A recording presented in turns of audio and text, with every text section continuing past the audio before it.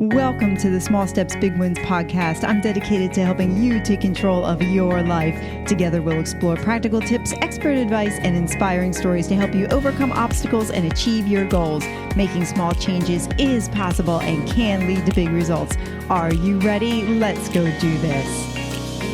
Welcome back to part 2 of my interview with Josselyne Herman-Saccio. If you missed part 1, I would encourage you to go back and listen to it. And if this is your first time listening, well, welcome. I'm glad you're here. If you enjoyed this episode, and even before you listen, please hit subscribe and turn on those notifications so that you don't miss any more new episodes. So without further delay, enjoy the rest of my interview with Josselyne. Let's go do this. Share your backstory because I love to hear it. I've been coaching and leading transformative programs for more than 30 years, and I've worked with over 200,000 people. And I am on a mission to empower people to live the life of their dreams now, not someday, and develop themselves to be what I call unmessable with, no matter what life throws at them. So, in this 30-year career or 35-year career, I own an entertainment company. I manage the careers of about 120 actors. I'm the founder of a nonprofit that's worked with leaders from all around the world. And I have an enterprise called The Art of Being Unmessable With, where I provide courses and newsletters and videos and coaching and group coaching and retreats and everything you can imagine, designed to empower people to fulfill their dreams. I love it. And then you're taking what you've done and you want to pass it on to others. I think, isn't that the ultimate goal of life, really, Yeah, is just to be able to give back. Talk about your nonprofit that you have. sure. Yeah, I started it. Oh my God, I don't remember. I think it was 2008. Is it that long ago? Wow. Anyway, I was talk about creating as you speak. I was leading a course and I said on the break, I really want to cause peace on the planet. That's why I'm doing all of this. Like peace on the planet in my lifetime. And it'd be so great if I could work with like world leaders or the UN because that's who's in that game, right? But I don't really know anybody, whatever. So then as I'm back in the session, somebody comes up to me and goes, I'm here from Germany and I have this mentor who works at the UN and I want to introduce you to her. I was like, of course that just happens all the time to me, right? I'm like, fabulous. So I met her and she became very influential in my life. Her name is Dr. Monica Sharma. And we started to work together and she started to train me in what I call systems transformation. So it's not personal transformation, it's systems, like, you can build a well, but if there's no water system, Mhm. to support it, then it's a band-aid on a dam, so to speak. You really need to look at what's the systemic cause of the unwanted circumstances in the world. So I designed this nonprofit to train people in this conscious kind of full spectrum approach that includes personal transformation, but it also includes systemic transformation. So when people in projects or leaders are from around the world or nonprofits, when they design their initiatives, they're designing them to include a system shift. Otherwise, the results that they produce aren't sustainable. So that's why I designed it and have had the opportunity to travel around the world and work with people from around the world in the Wow. kinds of projects that they're committed to, from water rights to peace to education to healthcare. I mean, all different areas. It's been a real blessing. It's amazing technology. The organization is called United Global Shift. So it's all about shifting from, the world that we live in terms of survival to peace and partnership. And in my own project around peace, I really saw the system shift that would be the linchpin, the thing that would leverage the whole thing, is if we could shift war from being profitable to peace being profitable. And if peace were profitable, we'd have peace because war is a moneymaker, for many people. But that goes beyond people's beliefs or, my view about this or the borders or this or da da da. Yeah. It's a systemic shift. You want to talk about what you mean by systemic shift? If somebody listening, they're not sure Sure. what that means. If all of a sudden, peace were profitable. So like if you were getting divorced, let's just take it at the level of couple, right? And it actually is profitable to be peaceful because the more you're at war, the more you pay the lawyers, right? So it's costly. War is costly. And it's costly at the level of family, it's costly emotionally, but it's costly money wise too. So if you can have people see that peace is profitable, so that working out whatever it is you need to work out with your spouse who you married at one point, who was the one who you promised to honor and cherish, you can still honor and cherish somebody without living with them. You can, have an honorable, peaceful separation or divorce. And that's one of the things I work with people in conflict resolution.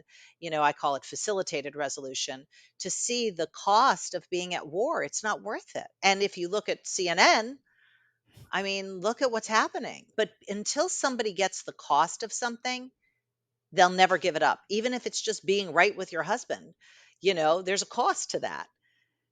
Costs you your aliveness, your intimacy, your love in the moment, right? But people Mhm. just are addicted to being right, and you can take that at the level of countries or religions or political parties or whatever. It's like we're just going to be right now. That's it. That's the game. Being right is the most important thing. It's absurd. It's like such a silly game given we have fish to fry on this planet. The planet's burning and we're, arguing about whatever.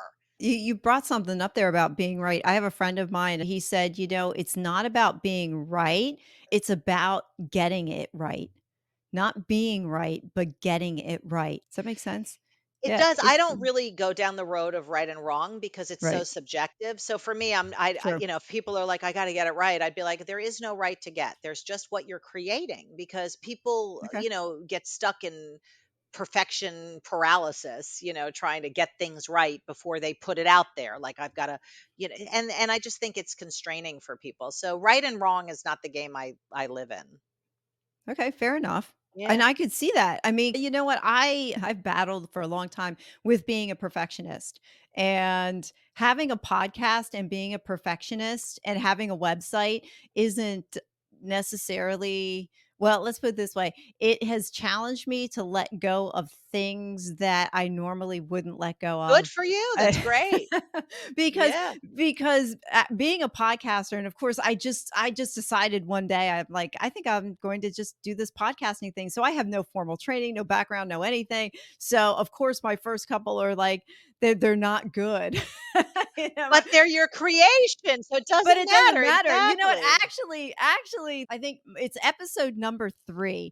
I interviewed a young man who left his W-2. He bought multifamily. He's very successful. He's in his mid-20s, and the title is like W-2 to multifamily, something like that. He is the most listened to episode, and it's episode number 3. It's like it's my first, literally my first one, because my first 2 were just me talking, but he was actually my first episode, and he is the one that That's is listened to the funny. most, and I'm like, I still don't get it, and his interview was great. I Yeah. remember editing it and everything, but yeah, to let go but anyway. Yeah, when you're just in that mode of creation, there's no right or wrong. There's no thing to fit into. It's all just being created from a blank canvas. And that is the most enlivening time for people, which goes back to, I'll circle back. That's exactly what I do with people. I keep them in that mode of creation where everything is just kind of in that magic space where there's no fit this and color in the lines and manage that. Because when you get into survival and managing, it's like, Mhm. oh, I gotta do this and book the guests, and now I don't have somebody for June 2nd, and I gotta, da, da, da, and it becomes management, and there's no magic in management. No, you're right, there's not. Although I enjoy, you know what? My podcast is kind of organic. Yeah, well, that's the creation. Just, I have people just I reach out to people, they're like, "Yeah, I'll be on your podcast." "Okay, yeah, that's fine."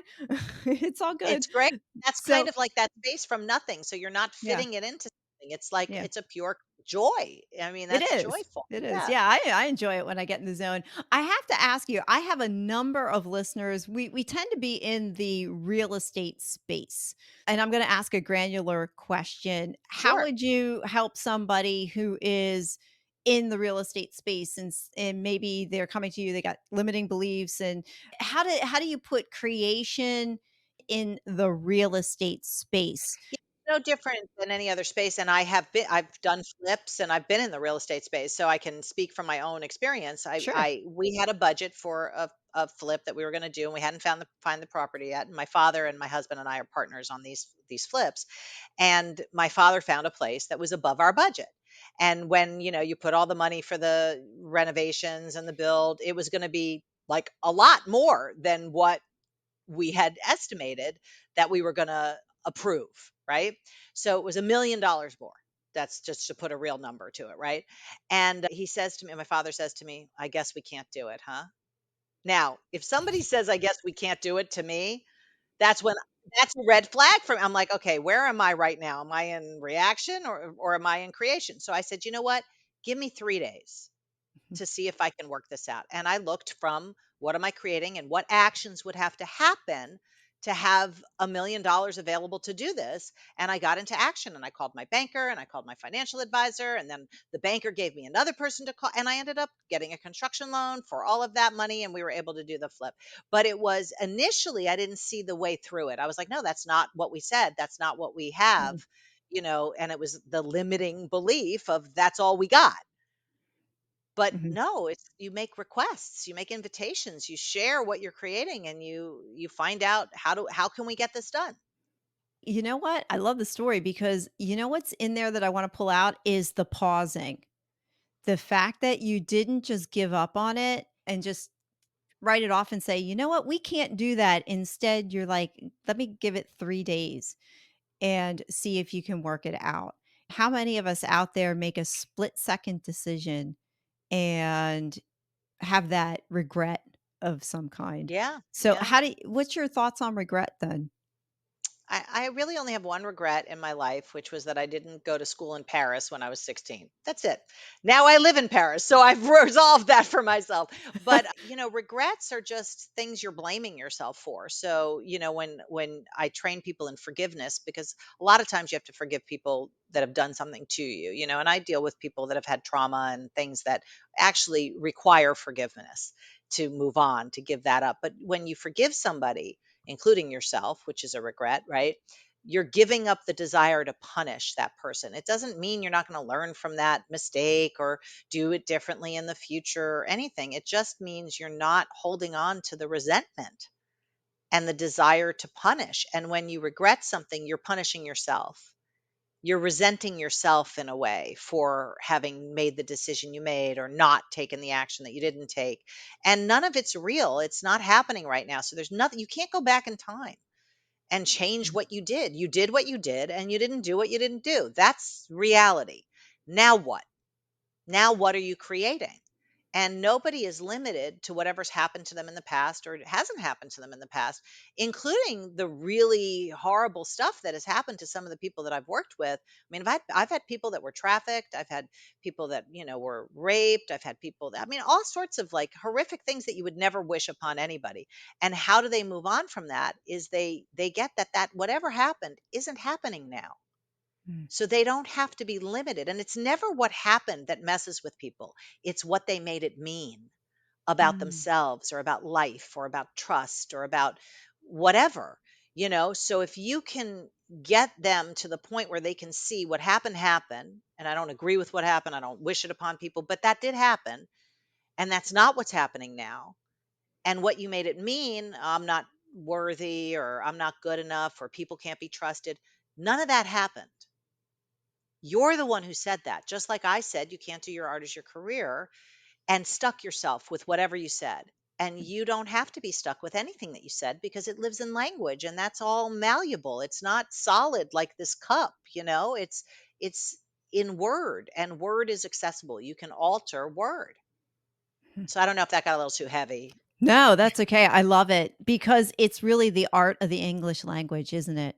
It's how we master and what we say to ourselves and what we believe that even sometimes what we believe that word to mean, you know, Yes. and Mhm. how you take that like even actually I interviewed yesterday a friend of mine, Jason Drees. He's a different type of coach, a mindset coach, and he has a book called Do the Impossible.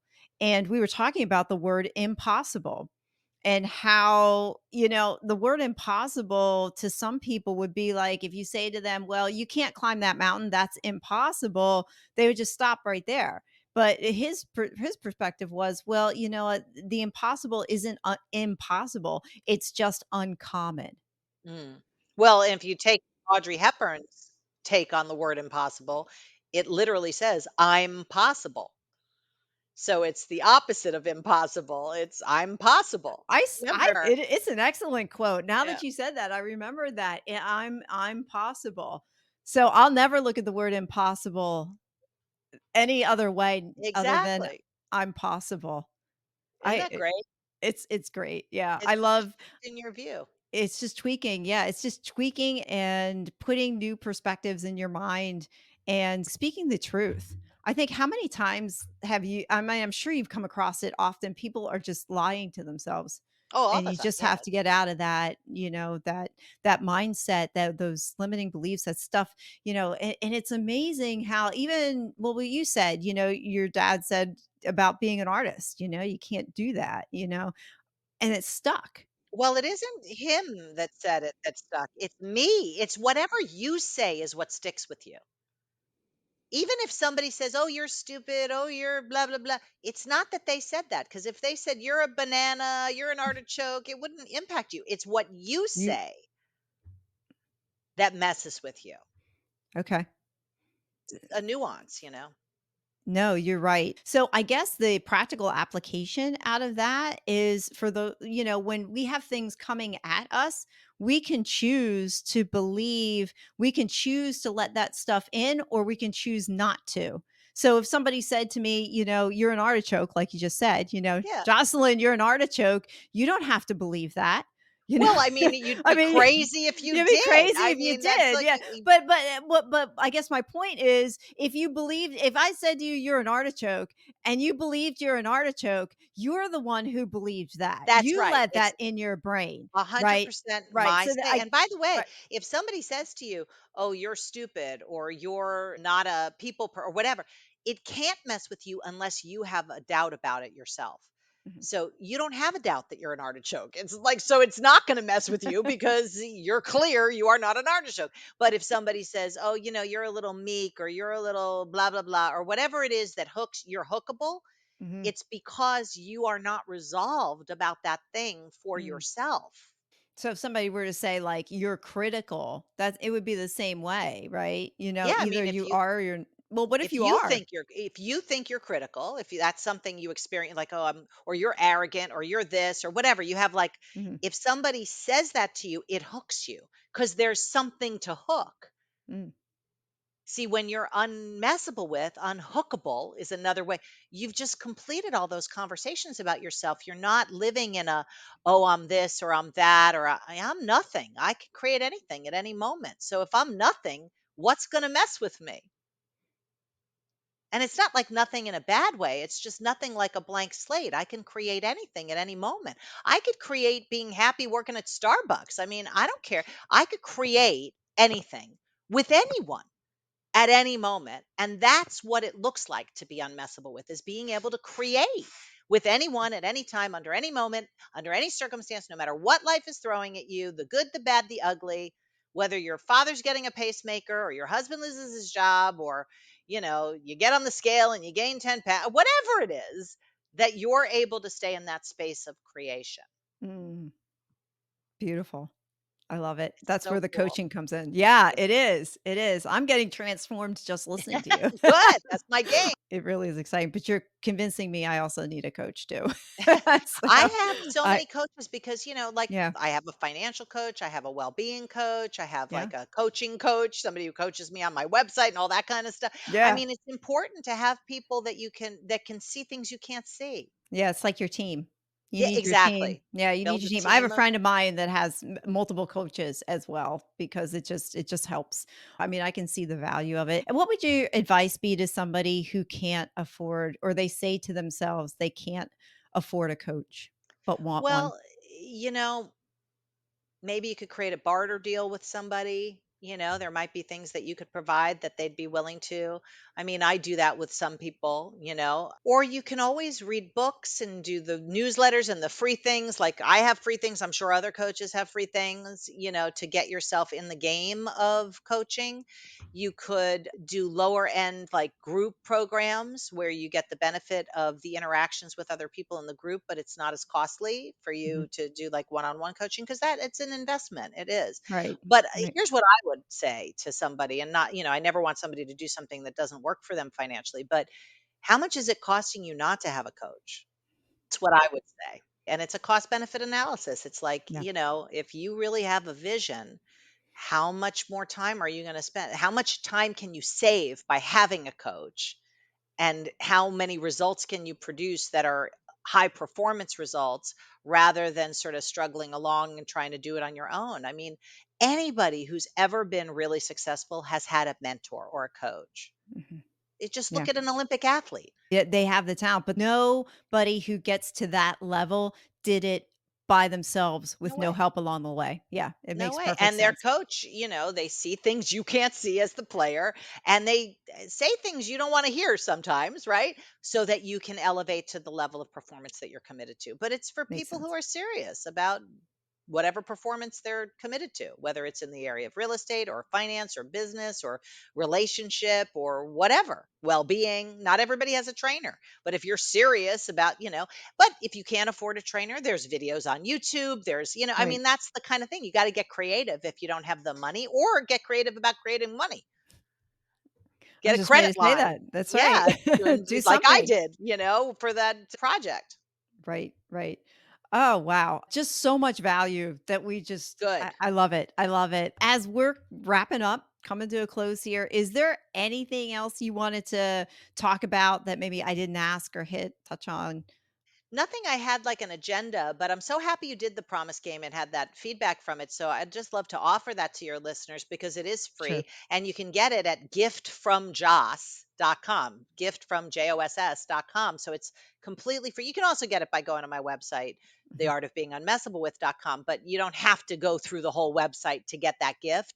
And I just invite people to do that because it'll give you a taste of what it's like to create your life versus react to your life. Mhm. True, true.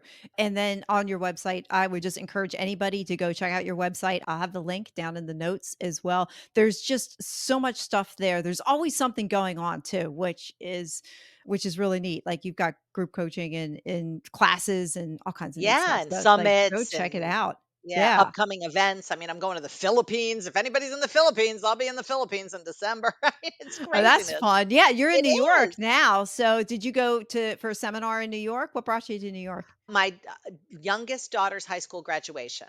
Oh, nice. Yeah, Okay. which was really just so delicious. Oh, beautiful. Oh, well, Yeah, congratulations to her. thank you. And we talked a little bit about books.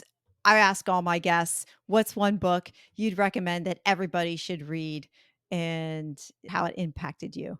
There's a book called The Soul of Money, which is written by one of my mentors, Lynn Twist. And, she's a fundraiser, one of the most effective fundraisers in the world. And I raised over $90 million for charity out of the tools that I learned in that book. Wow. So especially if you're in the real estate business or anything where it has to do with money and raising money or getting investors or contributors, that book is invaluable. It made a huge difference in my life. And there's a new book I just read, which I'm implementing a lot of his tools. I really like him. It's called Buy Back Your Time Mm, by Dan Martell. And I'm sort of like a little fan of his now because he has a lot of really good tools to free up your time to be able to create instead of mm. be in that mode of management and reaction. So it's very resonant to what I do with people. And that's a new book I've been Oh, engaged with. love it. I love Yeah. it. So, last question from your story, what is something that my listeners can do today that can help them change their tomorrow? What do you want to leave us with? Make a promise. Make a promise to anything. You can create anything. Whatever you want in your life, make a promise that would presence that thing and then honor it for a day and see what happens. Beautiful. I will do that. Good. Jocelyn, thank you so much for being here. How do you want people, well, other than going to your website, which I'll have down below, the art of being unmessable with, do you want people to reach out to you through there? Is Sure, that the that's my best? email. I get every one of those emails. So, Okay. I don't have someone else, it's me who gets the emails. And, I also, because you like the promise thing so much, I have two books about promises that could be Oh, really powerful for people. They're on Amazon, but they're on my website too, I'm sure. But, It's peace promises, which is something I wrote from the nonprofit aspect, but it's about creating more peace in your life over a 30-day period. And then the Mm, promise effect, which I think you would like, because each day is a different promise to create a different thing in your life. And it's a 30-day program also. mm. So that could be really supportive for people. Love it. Love it. Jocelyn, thank you so much for your My time. pleasure. I Thank you so appreciate much for it. doing what you're doing. I'm so glad you're here. So if you ever want to come back, you are definitely welcome and we can Game talk about on. anything else. I think it would be fun. Great. When I have something that I'm creating next, I'll definitely Okay. reach out Yeah, to you. reach out to me so that we can bring it to the world. Beautiful. And thank you for being someone who makes a difference. Oh, thank you. All right. Well, to my listeners, go out there and make today awesome, friends. I want to thank you for watching or listening to my podcast. I value your time with me because I realize you could be listening to someone else right now. And I also want you to know that I now offer coaching and consulting. So if you're thinking about creating a course but not sure how to structure it, or you have a small step you need to take to lead to a big result, but you're not sure what the in-between looks like, check out my website at www.suesaller.com for more information and to request a free consultation.